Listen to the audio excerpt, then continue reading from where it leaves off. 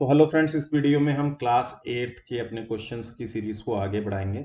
और अगेन ये वैसे तो ये लेक्चर क्लास 8 के लिए है स्पेसिफिकली, लेकिन इसको 7th वाले भी देख सकते हैं, 9th वाले भी देख सकते हैं और 10th वाले भी देख सकते हैं।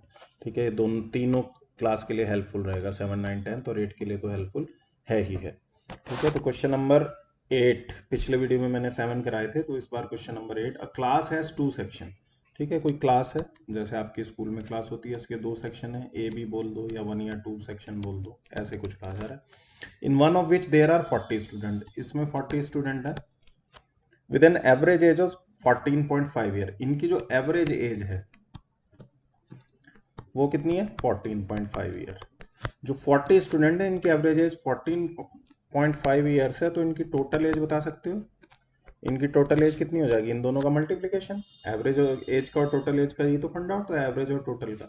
कितना हो जाएगा? 14 फोर 560 और 20 और ऐड हो जाएगा 580।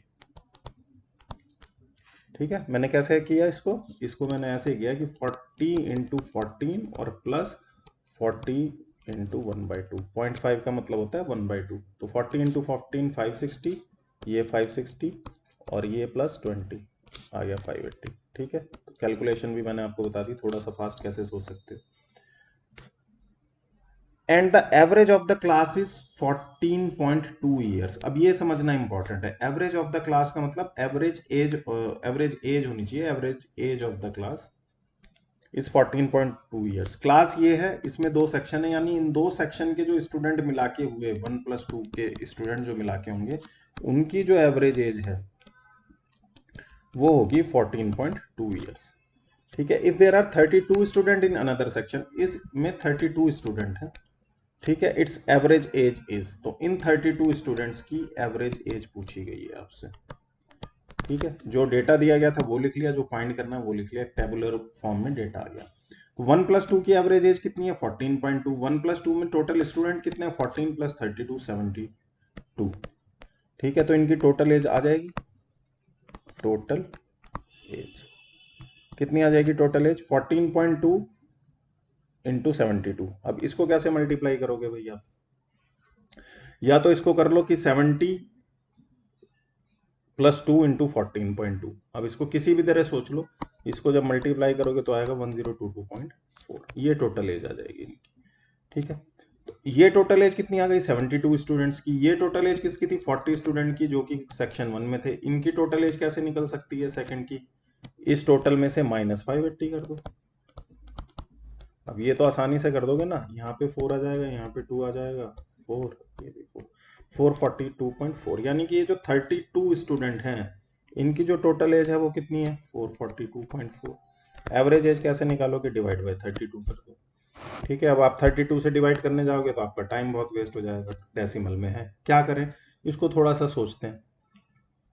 देखो यहाँ पे 4 आया है, पहला ऑप्शन है 11। अगर मैं पूरे 11.32, अगर मैं 11 से मल्टीप्लाई करूं 32 को, 11 3 सा 33, तो लास्ट में 44 नहीं आने वाला, ये कैंसिल हो जाएगा। अगला ऑप्शन देखते हैं 13.825, ये अप्रोक्सीमेटली 14 है।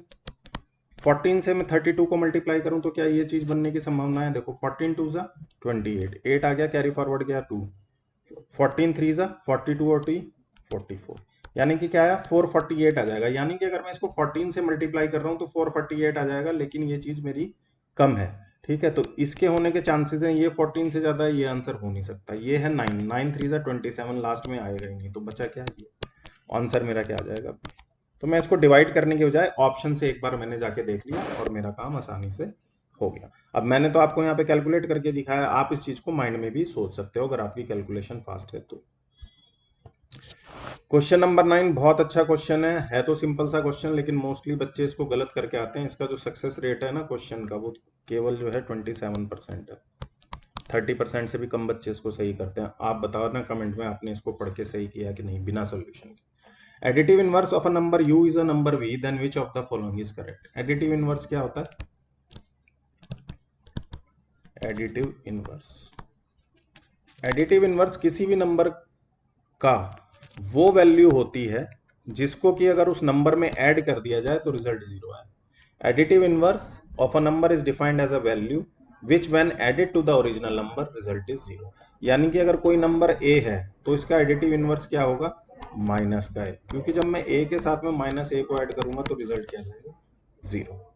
ठीक है, तो अब आपको यहाँ पे कुछ दिख रहा है ऐसा,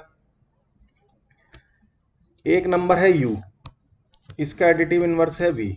तो एडिटिव इनवर्स क्या होता है, अगर उस नंबर में उसका एडिटिव इनवर्स जोड़ो तो रिजल्ट 0 आ जाता है। ये आ जाएगा इसका आंसर। लोग जो तुक्का मारते हैं इसको लिख के आते हैं, क्यों, क्योंकि उन्हें इनवर्स में दिख रहा होता है कि अच्छा ये इनवर्स लिखा हुआ है, एडिटिव लिखा हुआ है, नेगेटिव साइन भी है, तो इसको लगा के आ जाते हैं, जबकि है ये। ठीक है, तो यहाँ पे u plus V is equals to 0। अगर इसी में आपको पूछ लेता कि additive inverse of a number is u is v, what is the value of v, तो v की वैल्यू क्या है, माइनस u। ठीक है, सिंपल कॉन्सेप्ट बेस्ड क्वेश्चन है ये। ऐसा क्वेश्चन है कि जो पढ़ा और बस कर दिया, पढ़ने में जितना टाइम लगना है, बाकी इस क्वेश्चन में टाइम लगाने की जरूरत नहीं है। अब mixture contains alcohol, ratio and proportion का क्वेश्चन है, ऐसे क्वेश्चन बहुत आते हैं। और 7th 8th 9th 10th चारों क्लास के लिए है ये क्वेश्चन, ऐसा नहीं कि ये केवल 8th क्लास के लिए। अब mixture contains alcohol and water, एक कोई मिक्सचर है उसमें अल्कोहल है, वाटर है। ठीक है, किस रेशो में है, अल्कोहल 4 के रेशो में, वाटर 3 के रेशो में। 5 litre of water is added to the mixture, 5 litre water add कर दिया गया। तो हम ये मान लेते हैं कि इनिशियली जो अल्कोहल था वो 4x था, और जो वाटर था वो कितना था, वो 3x था। अब हमने क्या ऐड किया, क्योंकि रेशो में थे, x को मान लिया रेशो का फैक्टर। अब 5 लीटर वाटर ऐड किया तो वाटर में ही ऐड होगा, तो वाटर अब टोटल कितना हो गया, 3x प्लस 5। अल्कोहल अभी भी 4x ही रहा, अल्कोहल तो आपने ऐड नहीं किया। ठीक है, रेशो बिकम 4:5। अब जो है नया रेशो अल्कोहल और वाटर का कितना हो गया, 4/5। लेकिन नई क्वांटिटी, एब्सोल्यूट क्वांटिटी अल्कोहल की तो कितनी रही, 4x, और वाटर की कितनी हो गई, 3x प्लस 5। ठीक है, यही बात हुई। तो यहां से क्या आ गया आपका, 5x is equals to 3x plus 5। यहां से क्या बोल सकते हो, 2x इज इक्वल्स टू 5। मुझसे क्या पूछा गया था, quantity of alcohol in the given mixture. Alcohol की क्वांटिटी गिवन मिक्सचर में कितनी, अल्कोहल की क्वांटिटी कितनी थी, 4x। यहाँ पे किसकी वैल्यू रखी है, 2x। तो 2x अगर 5 है तो 4x की वैल्यू कितनी आएगी, 10। 2 से मल्टीप्लाई करना है दोनों जगह। कहाँ है आंसर, ये रहा, ऑप्शन ए करेक्ट। इसको ऐसे नहीं करना, x की वैल्यू निकाली 2.5, नहीं, पहले ढूंढ लो निकालना क्या है, 4x निकालना है, 2x रखा हुआ है, सिंपल 2 से मल्टीप्लाई करो, आगे बढ़ो। Next question, what least number must be subtracted from each number 14, 17, 34 and 42 so that the remainders may be proportional। Ratio and proportion का मैंने आपको पिछले उसमें भी कराया था, प्रोपोर्शन वाला।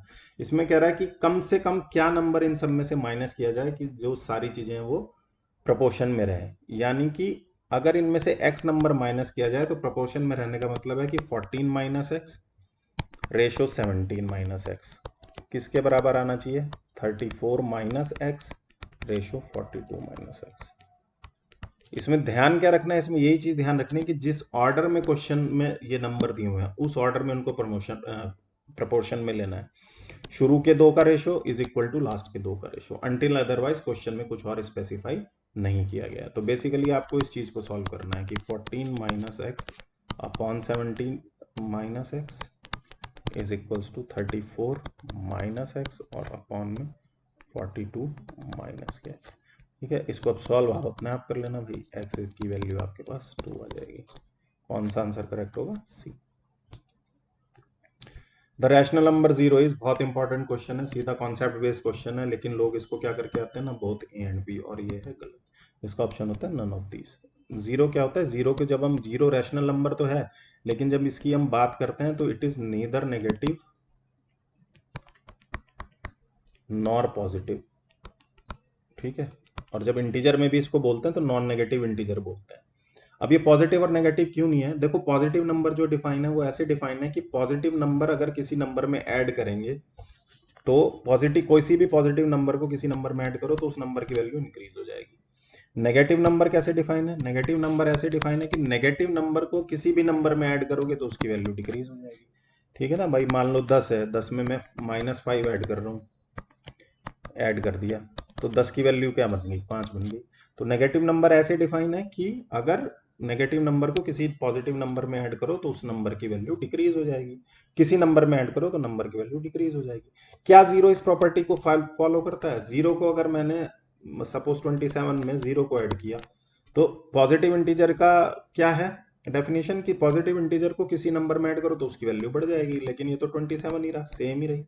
माइनस करके देखो 27 माइनस 0, ये भी 27 रहा, लेकिन डेफिनेशन बोलती है कि अगर नेगेटिव इंटीजर वो है या नेगेटिव नंबर वो है जिसको किसी नंबर में ऐड करो तो वैल्यू डिक्रीज करती है। अब ये जीरो तो कुछ भी नहीं कर रहा, तो इसलिए हम बोलते हैं कि zero neither negative nor positive.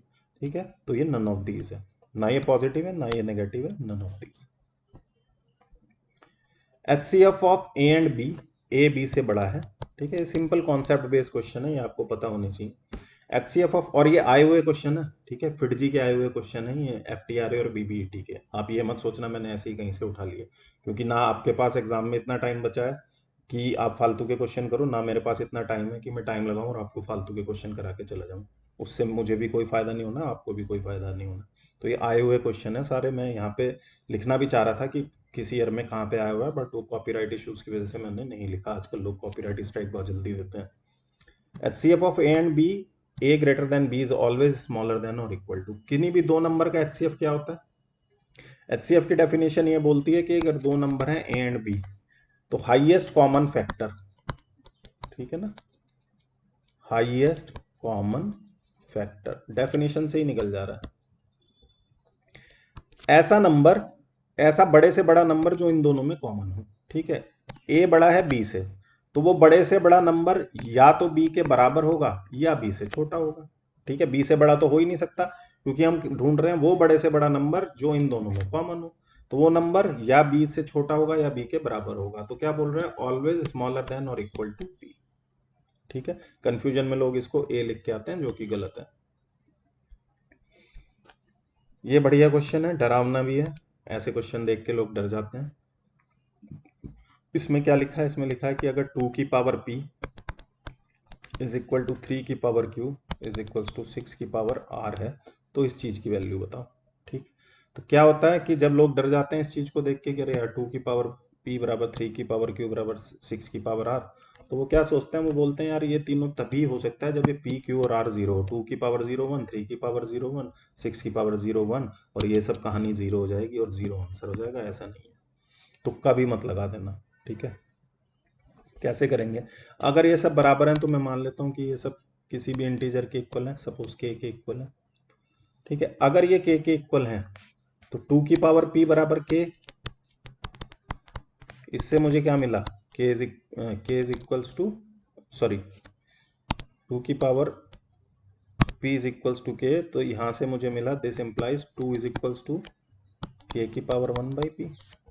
फिर मैं कह रहा हूं कि 3 की power q is equals to k, which implies 3 is equals to k की पावर 1 बाई q। ठीक है, अब मुझे 6 की पावर r दिख रहा है। 6 की पावर 1 का मतलब क्या है? 2 इंटू 3। 2 इंटू 3 यहां रखा हुआ है। 2 इंटू 3 का क्या मतलब हुआ? k की power 1 by P into k की पावर 1 बाई क्यू। और जब दो मल्टीप्लाई में होते हैं तो इनकी पावर जुड़ जाती है। दिस इंप्लाइज कि 6 की power 1 is equal to k की power 1 by P plus 1 by Q, या 6 is equal to k raise to power P Q upon P plus Q. देखो ऐसा कुछ बन रहा है। मुझे क्या ढूंढना है? मुझे निकालनी है R P plus Q upon में पी क्यू। सॉरी, ये मैंने यहाँ उल्टा लिख दिया है ना, कुछ भी हो रहा है। P plus Q upon P Q, तो ये ऐसा ही कुछ बन रहा है। आर रहता है बस, अगर आर रहता है तो दोनों तरफ आर ले लो पावर में। 6 की पावर आर क्या होगा? k की power R into P plus Q upon P Q. ठीक है, अब क्या करें, कैसे सॉल्व करें? यहां से देखो, जब 2 की पावर p k माना, 3 की पावर q k माना, तो यहीं पे आपने 6 की पावर r को भी k माना। तो ये जो 6 की पावर r है ये k के इक्वल है, या k की पावर 1 के इक्वल है। तो k की power 1 is equals to k की power r into P plus Q upon में पी क्यू।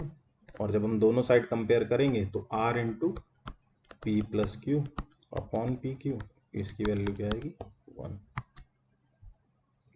ठीक, ये थोड़ा सा क्वेश्चन जो है 8th क्लास के हिसाब से सर्ट्स एंड इंडिसेस का क्वेश्चन है, लेकिन स्कूल में इस तरह के क्वेश्चन हम लोग कम ध्यान देते हैं।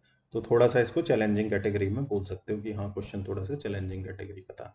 Question number 15 again shirts and indices का। देखो 7, 8, 9 और इनफैक्ट 10 में भी सर्ट्स एंड इंडिसेस में आपसे कैलकुलेशन एलन कराएगा ही कराएगा, चाहे वो डायरेक्टली करा ले चाहे इनडायरेक्टली करा ले।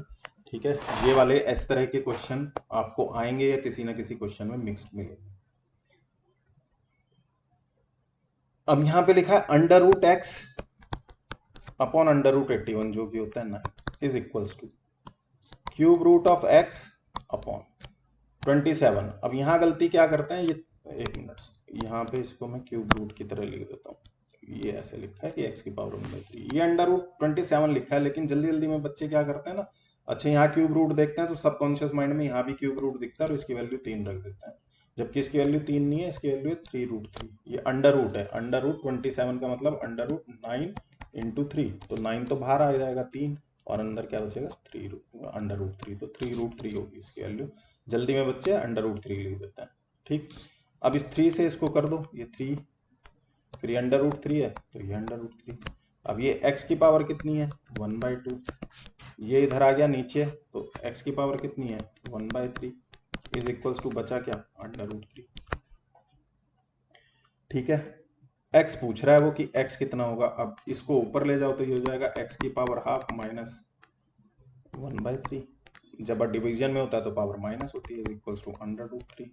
तो ये क्या हो गया x की पावर 3 - 2 x की power 1/6 is equals to under root 3। तो भाई x की पावर 1/6 अंडर रूट 3 है तो 6 पावर रेस कर दो, x की पावर क्या आ जाएगी अंडर रूट 3 की पावर 6। अंडर रूट 3 की पावर 6 का मतलब क्या है कि 3 की पावर 3, 3 3 जा 9, 3 जा 27। हो गया क्वेश्चन। क्वेश्चन नंबर 16 सीरीज के ऊपर है, द वैल्यू ऑफ दिस।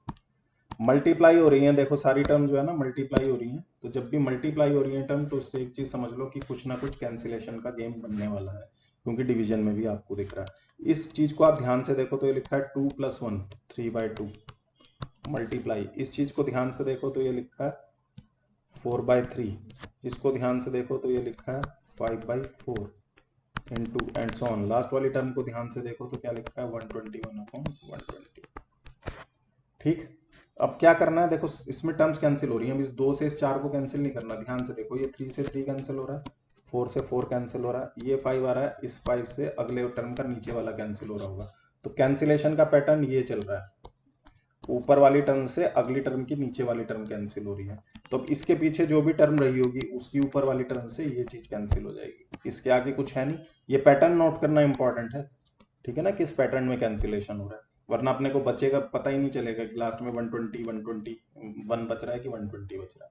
तो सिर्फ जब इनकी लड़ाई वड़ाई हो गई, युद्ध हो गया इनका, तो उसके बाद जब इन्होंने फाइनली देखा तो एक तो 121 जिंदा बचा और एक 2 जिंदा बचा, बाकी सब गए युद्ध क्षेत्र की में बलि चढ़ गए।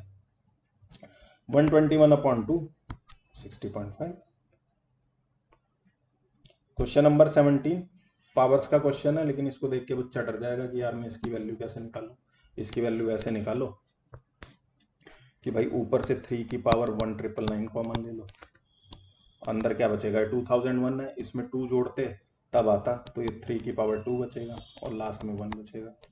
ठीक है, 3 की पावर 2001 में से मैंने 3 की पावर 1999 निकाल लिया, 3 की पावर 2 ही तो बची, और जब 3 की पावर 199 निकाला तो ये 1 बचा। अपॉन में छोटी पावर क्या है 3 की पावर 1998, इसको निकाला तो यहाँ क्या बचा 3 की पावर 3 माइनस का 1।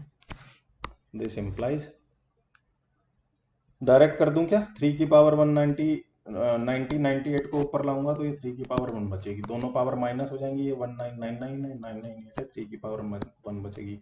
अंदर क्या है 3 का स्क्वायर 9 + 1 10 अपॉन 27 माइनस 1 कितना हुआ 26।